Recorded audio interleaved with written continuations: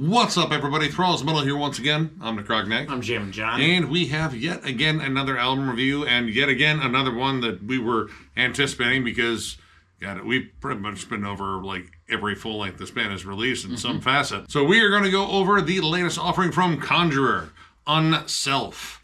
This also comes out on the 24th of October on Nuclear Blast Records. This band formed in 2014 in England. This is their third full length. Now, I got into this band courtesy of like some weird article that had like a list of underrated bands were coming out with albums. I checked it out. It was their debut album, Meyer, that was on there. I was like, holy shit, this is really good. And then we ended up seeing them live, I would say twice on that album. Yeah. We saw them with Rivers and Nile, and then we saw them again with like Voivod and Revocation. And not much later, I went over their last album, Pathos, which I thought was a really solid album as well. Not sure if I liked it more than Meyer, though. But this one, I don't know, like this one's kind of stirring the pot a little bit. This band is, at least on the archives, described as a combination of sludge, doom, and post-metal. That's pretty accurate, I guess. And this is their first album with their new drummer, Noah C., formerly of the band Ageless Oblivion. And I've been a fan of these guys. Well, pretty much Nick got a hold of Meyer, and then he said, listen to this. And I said, okay. And then I proceeded to jam Meyer all the time for years that followed. Pathos, of course, was on my year-end list in 2022. I've pretty much loved this band from the start, and seeing them live is a real treat, too. They absolutely crush it live, so I kind of knew that getting into this, I was going to have a good time. I hadn't heard any of the singles. I just went into it knowing that I love Conjurer, and sure enough, it got a damn good record. I heard one of the singles, but for the life of me, I cannot remember which one, but it didn't matter. I was going to jam the entire thing anyway. And this one represents, well, I would say some like growth within the band musically. There's a little bit more in the way of melody. There's definitely more in the way of clean singing on here, but this also kind of takes what this band did on their last albums and refined it, expanded it. The opening track is the title track, and it is only about 2 minutes long, and it's more or less an intro track, which I am going to lightly bitch about because, come on, it's your title track. Right. I mean, right. Whatever.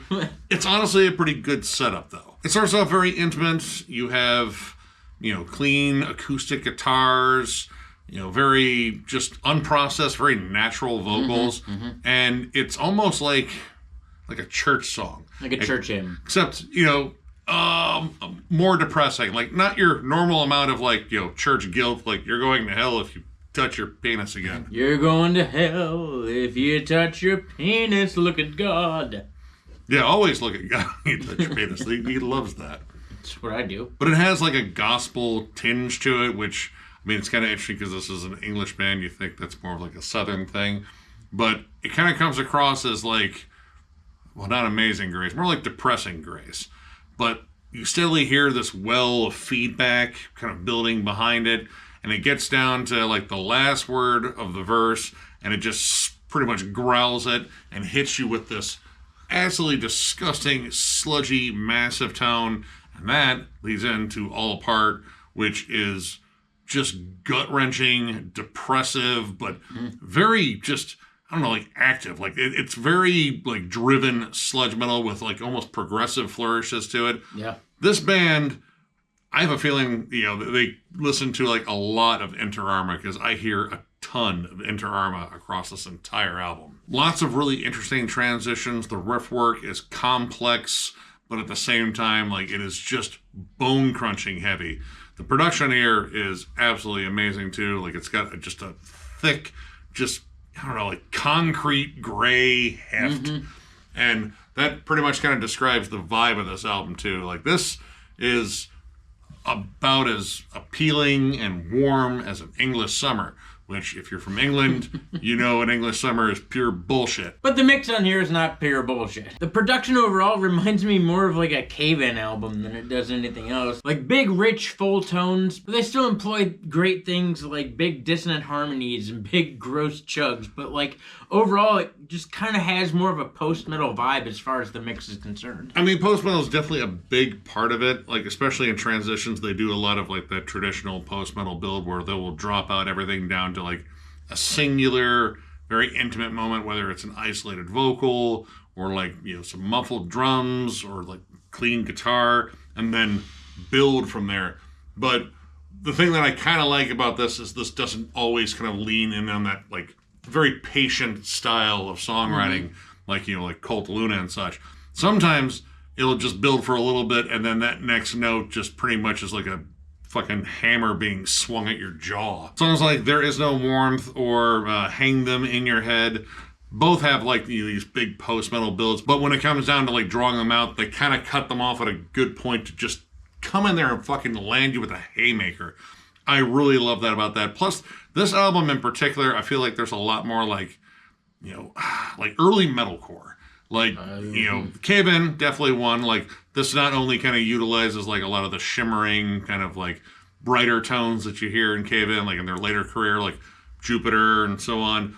This also has that harsh, kind of like mathy, just twitchy, mean side that you hear on like Until Your Heart Stops, as well as bands like Converge, Norma Jean, Botch, stuff like that. And that is the Searing Glow. That song most notably. That's straight Converge. That's straight old school Dillinger Escape Plan. Straight Botch, Coalesque, things like that. I got reminded more of like an old mathcore song than I did a Conjurer song, which is not a dig by any means. It's very well done. But that whole song, it's faster, it's more vicious, it's more in your face. And again, all those time changes are really cool too. That sort of vibe is kind of like pockmarked all over here. This is like a really interesting blend of a lot of different things. Like Sludge, for me, I feel like it comes across mostly in the tone, because the guitar tone is thick as hell. Like, it is just massive sounding.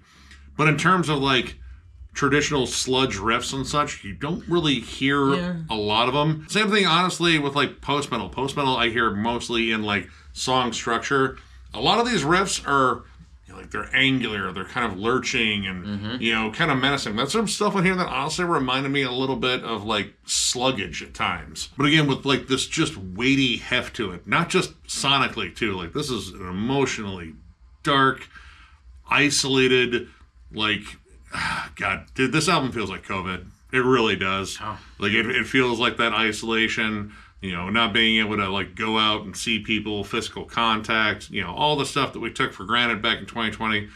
There are moments in here that really, really feel like that. But that mixed with like just sonic heft and, you know, like kind of like underground sludgy bands. Like, I kept thinking of bands like Zozobra, which is kind of an offshoot of Cave In. And we need to do like a fucking retro review for that band. I'm down. Their two albums were fucking disgusting. I'm down. But going from like those big, hefty, lumbering riffs to like more technical spots, like again, Hang Them in Your Head. There's points on there with their breakdowns and like, you know, drum patterns and such, which Noah does a killer job with. But there are points in there that almost kind of sounds like Ion Dissonance a little bit. Meshuggah for damn sure. Yep. Now, I know we brought up a lot of genres going on here. Post-metal, definitely in, you know, the song structure, definitely in the tone of the drums too. Sludge, not so much. Even the heavier riffs, I don't think I would call sludgy. Like the tone. You know, the tone, yes.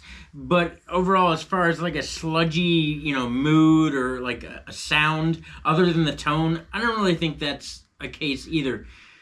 Doom is, though. And while Doom isn't real prevalent, I mean, there are definitely doomy moments, I think, pockmarked in a lot of songs. But the last track, The World Is Not My Home, as if that's not a depressing enough thing to think about, man, oh man, does this take a nosedive into saddening, depressing doom. And this is the last track on the record, so what a way to take it out, guys. Yeah, no, it's pure Bummersville.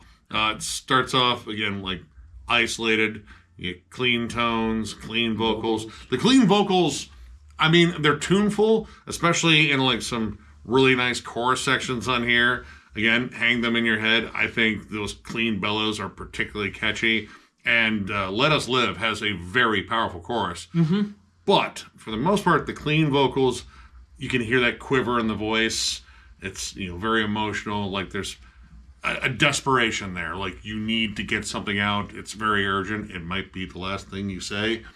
And you can feel that all the way to this builds up to a giant funeral doom crawl. Like, holy shit, this song is slow. It is plotting. The harmony is drone on. The clean vocals, when they come back towards the end of the song, they're more powerful. They're also more desperate. And there are definitely moments in here that remind me of Paul Bearer, but none so much as this last song. In fact, the clean vocals sound a lot like Brett Campbell's vocals. Mm-hmm. I almost wanted to read the lyrics, but I also was like, you know what? We're not depressed right now, and skip it. We're just gonna go ahead and skip that. It's been a really good day. I've had a lot of fun today. It's been pretty solid. You also get like kind of a similar vibe in the song Foreclosure, which is not as slow, but still slow. Twice as agonized, maybe, though, because it's almost twice as long. That one, I will say, has a little bit more of that straightforward post-metal dynamic in terms of the song building. Like, it feels like it's just steadily gaining momentum, like a giant ball of sad rolling downhill onto an unsuspecting village of happy people. Happy 2025. Yeah. That ball is 2025. Yep. But across the board, like, the main thing I got from this album is this is a step forward. Like, it kind of reminded me of, like, you know, Gojira's step between The Link and From Mars to Ceres. Still 100% the same band. They carried every hallmark they had from the last one and the one before it, but this is just more refined. It's a little bit more hooky. They didn't try to, like, overdo clean vocals or anything like that and try to make it more, I don't know, like, bright and sing-songy and catchy. I mean, it's catchy in its own way. It stays pretty much, you know, kind of like in the same vein I think they were going for. They just made it tighter, better. Yeah, that Gojira comparison is actually pretty spot on.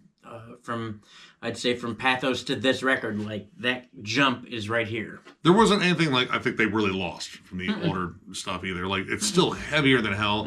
I still think they're like pauses, they're clean pauses, or I don't know, they're almost like moments where they kind of like catch your breath from like just growling and screaming their guts out. There's even kind of the same thing that they did live where dude stepped away from the microphone and just screamed at the crowd. Yep. It's on the second song, actually, All Apart. You can definitely hear it in the studio. Like, yeah, he's nowhere near the mic. He's probably yelling from across the fucking room. Or the bathroom or something. Yelling from the shitter. It's your time to do vocals. Yeah, but it was taco night. Fuck it. Rah! He might have had the English breakfast that morning. And, I mean, for those that don't know what that is, go look up pictures of it. It's beans over everything. I don't get English food sometimes. It's like a good chunk of your menu is just made by very, very clumsy chefs. Anyway, back to the music, though. As far as any negatives on here, I really don't have any. Like, I feel like this album is really well paced. It doesn't feel overly long. Even the instrumental section, A Plea, is a really well done instrumental. And that was my first Paul Bearer vibe in there. It was sad without the vocals. And yeah, like, I think the music is well written. My only real gripe, though, is the fact that the title track is just this short little track that kicks it off. Like, come on. I hate this trend. It's happening too fucking much. Yep. I see it way too much. There's somewhere that just the, title track is just a intro. Like, just like a little soundscape, or like, oh yeah, that's terrible. That sounds stock as hell. That's your title track? Put that on something else. Yeah, your title track should be like the core sound of the album. Like, this is all the bread and butter all at once. This holds the album's name. Oh my god. And it wasn't that. Like, as upset as I am about the title track being an intro, it was still decent. One minor gripe I could make is that a majority of the songs, there's 9 songs, and about 7 of them start out subdued and quiet and build into these big heavy moments. Really, outside of that, the only 2 that don't is There Is No Warmth and The Searing Glow. Those 2 tracks don't do it, but the rest of the album does, and like, I mean, it's cool, because at least you're building into something cool, but like, I don't know, start balls out on more tracks. Outside of that, though, I don't have any complaints. I thought it was very well done. I'm going to give this album a solid 4. I mean, I've been a fan of this band since the beginning, and I have watched them progress, and I think here there's well-written songs that definitely show signs of maturity as a band. All the groovy moments in here are remarkably catchy. When this album is heavy, it's heavier than shit, and when it's soft and subdued, it's actually really kind of pretty. It does a very good job of carrying variances in emotion. The dynamics are on point. The vocals, I think, for this band have always been entertaining. While clean vocals haven't necessarily been a big part, or really even a part of this band at all, the fact that they are doing cleans now, they're very well done. When we say that dude stands back from the microphone and screams, that's a real thing. Yeah. And we saw him do it at Voivod and Revocation, and there were a lot of people there, and he stood back from the mic and he screamed, and you could hear the fucker. So big, powerful voice, but again, that helps to speak towards the various emotions here in this band. Like, that guy, you got to be kind of notably pissed off and allowed to be able to do that, and he pulled it off. The breakdowns, although they don't happen on every track, when they do happen, they are fucking stanky and savage. If you're into bands like Pallbearer, Axioma, Cave In, very early Mastodon, some Neurosis, earlier Contortionist, Intronaut, Inter Arma, stuff like that, give this a whirl for yourself. You're probably going to like it. If you've never heard of Conjurer, there's not a bad place to start, but this record's pretty damn good. I'm also going to go with a 4. Pretty sure it gave Pathos 3.5. I might also give him that one 4, but I think this is a stronger album than Pathos.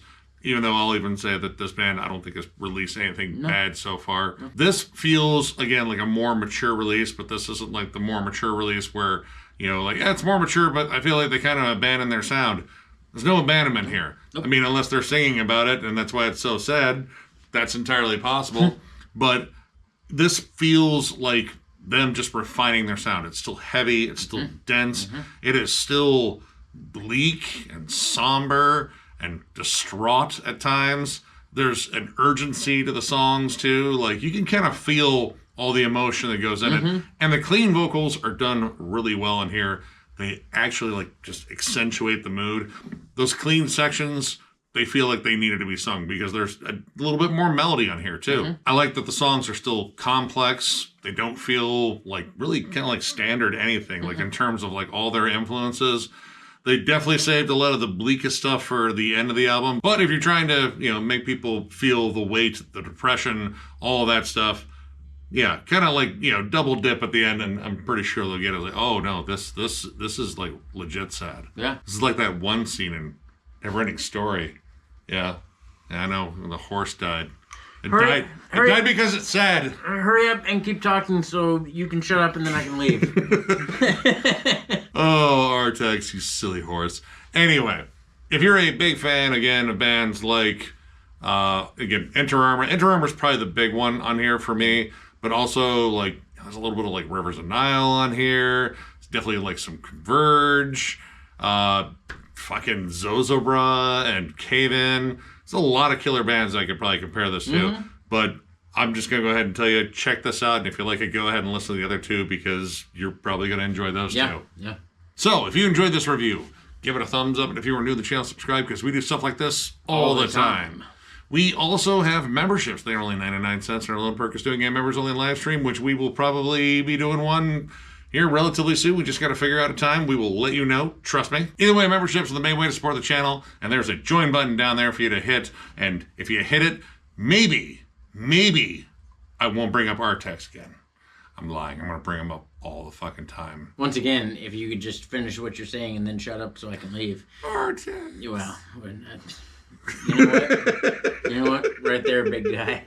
If you don't hit that button, he's going to keep bringing it up, and I'm going to have to go to more therapy than I already go to. Anyway, if you don't hit it, it's cool. We do tons of other stuff that's not for our members, non-members only live streams, which I guarantee are just as dumb as the members only live streams, discography rankings, album reviews, multiple discussion segments, Nick's never-ending collection update. We do all metal all the time here at Thralls of Metal for you guys. Thank you for being here. Thank you for being part of Thralls of Metal. We couldn't do it without you. Yeah, you guys absolutely rule. Tons of content coming your way, so one more big thank you, because you guys are awesome, and we will catch you later.